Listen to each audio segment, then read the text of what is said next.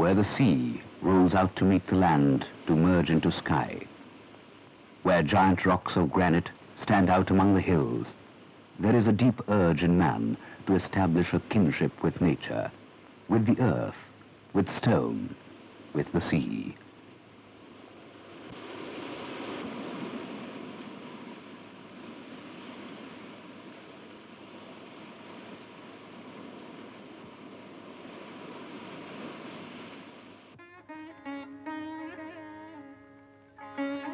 The ancients, when they saw this landscape, were deeply moved and inspired to build temples by the sea, monolithic shrines, caves in the deeper recesses of the hills, to God as homage from man.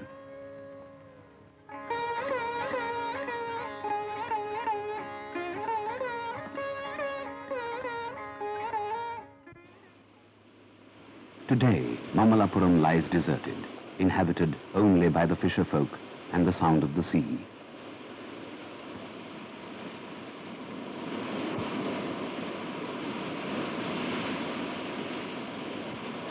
But once, 13 centuries ago, Mamallapuram was the most important port of its time.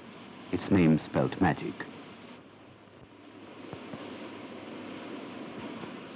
The kingdom of the Pallavas spread its power by sea, by trade, by war, as far east as Java and Cambodia, as far north as Ayahole in central India.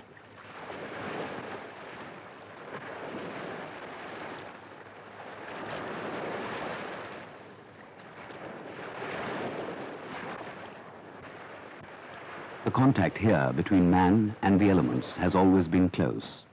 The stones inspired it all, nature's own creations.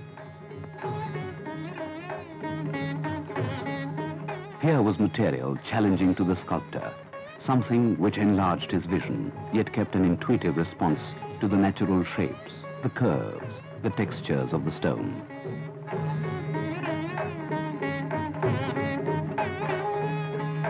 The freshness of vision was not only outstanding, it was never again to be paralleled. It drew directly from folklore and our popular imagination.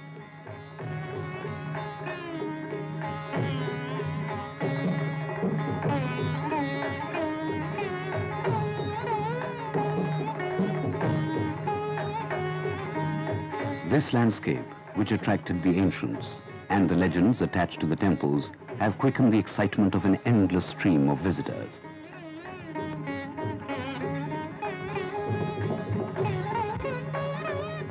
They come, in awe and wonder, to stand before Vishnu, recumbent in his deep sleep on the bed of the ocean. Anantasayan, divine God, releasing a remarkable sense of peace and radiance that seems in deliberate contrast to the opposite panel of Durga. Durga, with 8 arms flaying out in all directions. The story comes from the Markandeya Purana. She sprang forth, fully formed, like lightning, from the mountain to symbolize the power and weapons of the gods, to destroy the demon bull Mahishasura. Her whole body taut like the bow she holds, an equation for the release of energy.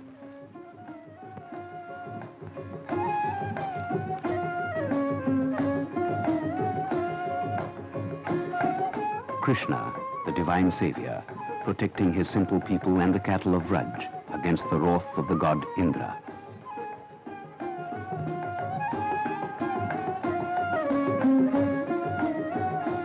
As Krishna stands holding up the mountain Govardhan, so much else is going on at the same time, expressing what is best and most pure about the sculpture of the Pallavas.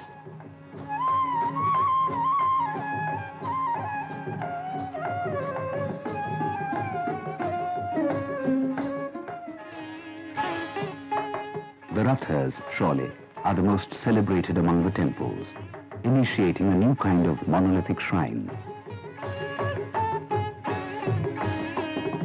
5 of them, strung out along the sands in a north-south direction.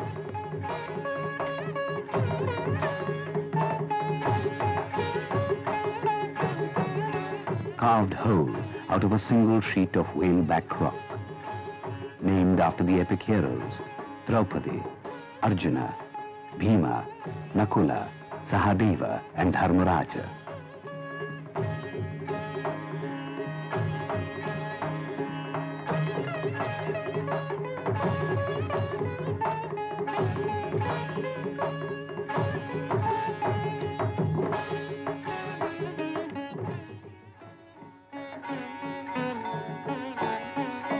There is something so arresting and pure about these figures.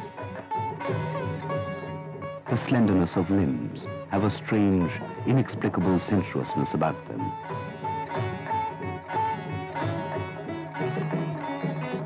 These are the masterpieces of Pallava art, retaining all the vigor, the dynamism of a new style. The gods are carved serene, but austere, as in this image of Shiva, merged with his consort, now half male, half female, Ardhanari.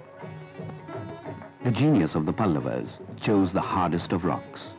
This was new material, untouched by their rivals, never again to be forgotten in its impact.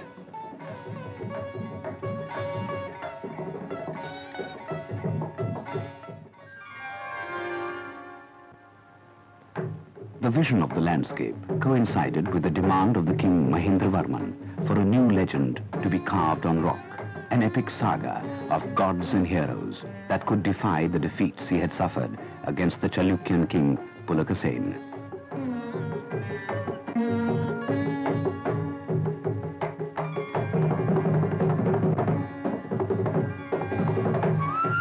For the legend, they went to the Mahabharata, to Arjuna's penance in the deep forest, to be granted the boon of arms from Shiva.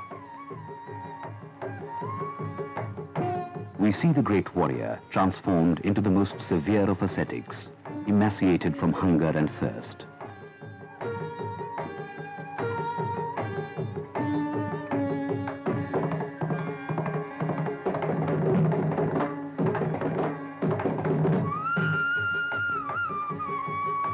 To this drama of epic dimensions, the sculptor added something of his own, the hypocritical cat, imitating Arjuna to persuade the mice that she too was holy, and so to provide food for more than just the soul. In the natural cleft of the rock are represented Nagas and water spirits to suggest the swelling waters in the river, which has led to the controversy today that because the river is vertical, it represents the descent of the Ganges.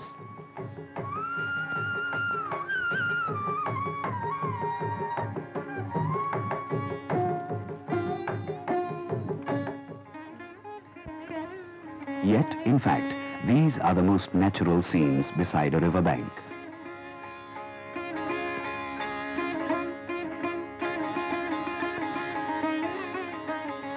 The heavens above tell a different story. The Gandharvas ride the skies, exulting in joy at the final moment of triumph, when Arjuna is granted his reward. Below them rejoice the beasts of the forest. Life teems with running deer and antelope, the lions in their dens.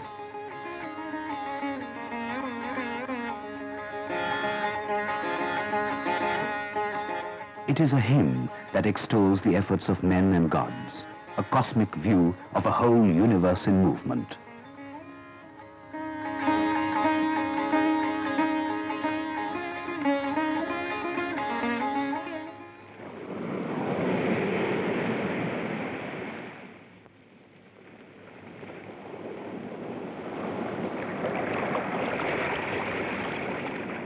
Between sea and sky, the shore temple, the last of the shrines to be built here.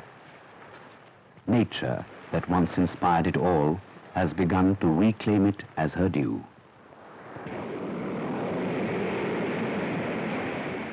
In a world silent, expectant, we hear the words of the poet Louis Matisse recalling a monochrome world that has all the indulgence of color, a still world whose every harmonic is audible, largesse of spirit and stone, created things for once and for all featured in full, while for once and never the Creator, who is destroyer, stands at the last point of land, featureless. In a dark cell, a phallus of granite, as abstract as the North Pole, as alone.